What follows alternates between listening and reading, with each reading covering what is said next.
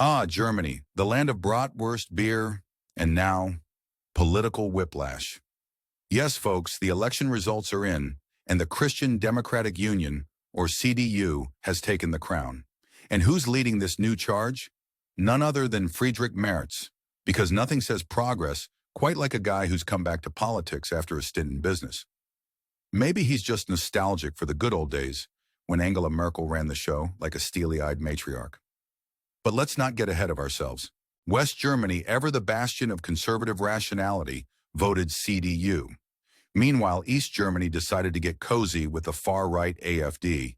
Yes, because when life gives you economic challenges, why not double down on the party that thinks the answer to all problems is building walls higher than their rhetoric?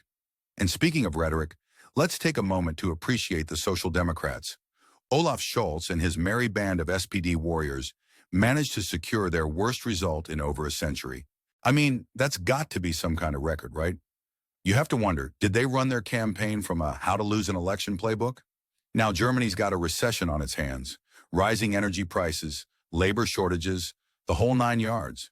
But fear not, because Friedrich Merz is here to tackle these issues with the finesse of a bull in a china shop. Tightening immigration policies and reducing bureaucracy? Sounds like a plan. Or as the Democrats would call it, xenophobia and red tape slashing. Tomato, tomato. And let's not ignore the elephant in the room, or should I say the bratwurst in the beer hall. The AfD has doubled its previous election result, securing 20.8% of the vote. I guess when you're selling fear and nostalgia, business is booming. How long until they start suggesting lederhosen as mandatory work attire? Now, some might say, oh, but the CDU and SPD coalition is the epitome of stability. Right, because what could be more stable than a political marriage of convenience between two parties that probably agree on less than the Kardashians do on a dinner menu? And as Germany grapples with its internal chaos, let's not forget its international relations. Merz is looking to shift gears with the U.S. and advocate for a more independent EU policy. Translation: Germany wants to be the teenager who's finally moving out of NATO's basement. Who knows, maybe next they'll start a heavy metal band and call it Eurozone Rebellion?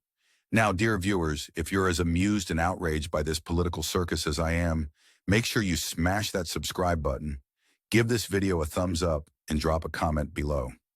Let me know if you think Germany's new coalition is more of a dynamic duo or a disaster waiting to happen.